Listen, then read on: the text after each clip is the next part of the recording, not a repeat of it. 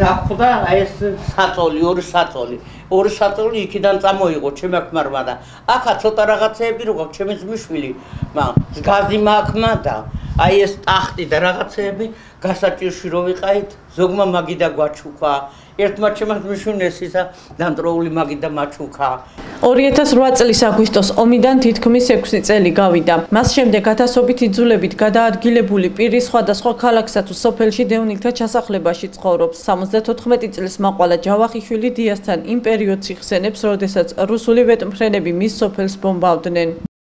ძალიან ძიმე არჯვაწამბეთა ერთ წუთში აი რო გამახსენდება ის ამბავი ადამიანი თავისი ოქროულობასა და ნივთსაც რო ვერ იმასიზავ გამორბოდნენ ჩხარა წავიდეთ თორე ჩეჩნებიო თავები დაგვაჭრიანო ჩემმა ქმარმა მე ვერ დავტოვებ ამ ხელა სახლებსაო ორი ბინა გქონდა მარტო რა გამოვედი სოფლის ხალხი რომ მოდიოდნენ იმათ გამოუყეი ეითიდან იქა გადმოვარდი მე მანქანიდანა და იმის შემდეგ მე სახლში უნდა წამოსულიყო მეზობელი მოდიოდა ჯიხაშვილებია და იმანის რა საათ მოდიხარ უკვე ზემოაჩაბეჭიო სახლები მე ქვემოაჩაბეჭდანა ვარ სახლების დაწვა დაიწყო რახან იმან მითხრა ავდექ მერე და ისევ გამოუყე იმათა 74 წლის პედაგოგი კარალეთის დევნილთა ჩასახლებაში 6 წლის წინ დასახლდა. მეუღლე 1 წლის წინ გარდაეცვალა და როგორც თავად ამბობს, სიცოცხლის ბოლომდე მას შინ დაბრუნების იმედი არ დაუკარგავს.